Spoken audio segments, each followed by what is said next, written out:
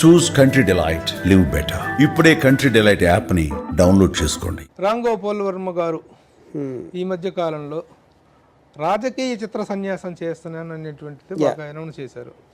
ఎందుకు రాజకీయ చిత్ర సన్యాసం చేయాల్సిన అవసరం, ఆ అగత్యం ఎందుకు వచ్చింది? టు స్టార్ట్ విత్ నేను వ్యూహం రిలీజ్ ముందే చెప్పాను ఈ పర్టికులర్ థింగ్. నేను మళ్ళీ ఇంకా రాజకీయాల జోలికి రాను సినిమాలతో నేను చెప్పేది. I think, I basically am not interested in politics. I never voted in my life. I'm not into what governments do, what political parties do. YS Jagan on a personal level interests me a lot, and that is what I did. So once that is over, even Lakshmi Sentyar did it because of NT Ramarao fan ga ఆ టైంలో Janaki incident ఒక డ్రామాటిక్గా అనిపించింది. Other than that I'm not really into politics at all. Ranga కానీ Ranga not a political film, revenge drama. Rakta Charitra Vangaveeti is a revenge drama. I never thought of it as a political film.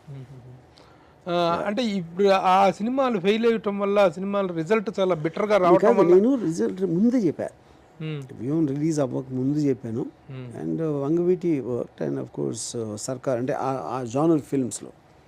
So అందులో fail ఏం లేవు అసలు. First of all మీరు చాలా ఒక పెద్ద ఈ సినిమాలన్నీ పక్కన పెట్టేస్తాను, ఇదంతా దీంతో అయిపోయింది సారీ, తర్వాత I'm going to come with big bang అనేటువంటిది ఒకటి బాగా వినిపిస్తుంది.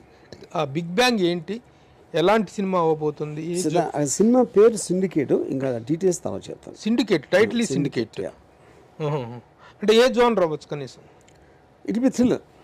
It will a thriller. అంటే మీరు ఇంకోటి కూడా అన్నారు, it will be international release ఉంటుంది, చాలా భారీ స్థాయి సినిమా ఉంటుంది. భారీ in the sense of casting or in the sense of I would say in every which way.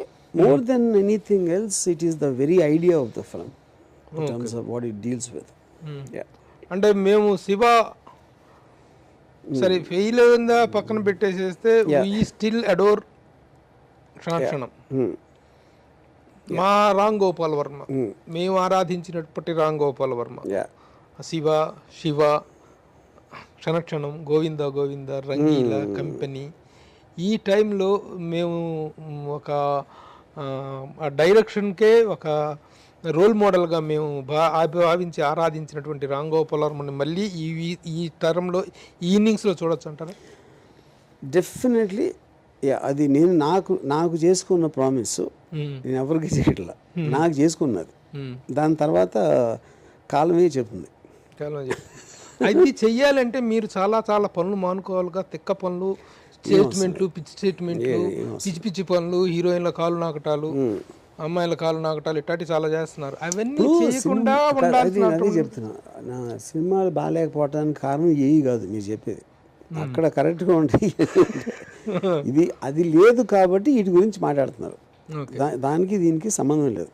పోతే వరుణ్ గారు, నేను మిమ్మల్ని, మీరు నన్ను 35 ఏళ్ళుగా చూస్తున్నాం. శివ రిలీజ్ టైంలో మీ సినిమా షూటింగ్ అక్కడ ఆ స్టాన్లీ కాలేజీలో స్కూల్ అక్కడ షూటింగ్ జరుగుతున్న రోజు నేను మిమ్మల్ని ఒక మాట అడిగా శివ టైంలో, సార్ ఒక ఇంటర్వ్యూ ఇవ్వండి అని. ఒకసారి ఇలా చూసారు నా వైపు మీరు. ఎందుకు ఇవ్వాలి మీకు ఇంటర్వ్యూ? మీరు ఏం అడుగుతారు? మీ సినిమా ఎప్పుడు స్టార్ట్ అయింది, మీ షెడ్యూల్ ఎప్పుడు, మీ హీరోయిన్లు ఎవరు, మీ నెక్స్ట్ షెడ్యూల్ ఏంటి, ఇలాంటి ప్రశ్నల కోసం నేను ఇంటర్వ్యూ ఇవ్వాలా, ఐ డోంట్ గివ్ అని అన్నారు. ఆ రోజున ఇదే తెక్క పురుషుడు బాగున్నాడు, కొంచెం వెరైటీగా ఉన్నాడు అనిపించింది. I really appreciated that particular gesture. ఎందుకంటే మామూలుగా కొత్తగా సినిమా ఇంటర్వ్యూ కెరీర్ స్టార్ట్ చేసేవాళ్ళు నా ఇంటర్వ్యూ కావాలని చెప్పేసి ఎగబడుతుంటారు. ఇంకా అలాంటిది మీరు ఆ దగ్గర నుంచి ఆ సమాధానం రావడంతో I felt very much interested with you. ఆ తర్వాత కూడా చాలా సందర్భాల్లో మనం కలవటం, చాలా సందర్భాల్లో మాట్లాడుకోవటం ఇవన్నీ జరిగినాయి. ఒక సందర్భంలో అయితే మీ ఇంటర్వ్యూ అనేటువంటిది మీడియాకి ఒక ఫీస్ట్. రామ్ గోపాల్ వర్మ దగ్గర నుంచి ఒక ఇంటర్వ్యూ కానీ ఒక ఇది కానీ తీసుకోగలిగామంటే వాడు ఒక పెద్ద తోపు జర్నలిస్టు. అలాంటి సిచ్యువేషను. బట్ నౌ అదంతా మారిపోయింది. Ram Gopal Varma is now available to every time and dicky అనేటువంటిది ఒకటి వచ్చింది. At the same time publicity విషయంలో మీరు ఆ రోజున పబ్లిసిటీ కూడా చాలా వెరైటీగా ఉండేది, కానీ పబ్లిసిటీ విషయంలో మీ యాటిట్యూడ్ కానీ మీ బిహేవియర్ కానీ టోటల్గా మారింది. అప్పటి మైండ్ సెట్కి ఇప్పటి మైండ్ సెట్కి ఉన్న తేడా ఏంటి సార్? మారుతున్న కాలంతో పాటు మనము మారాలి.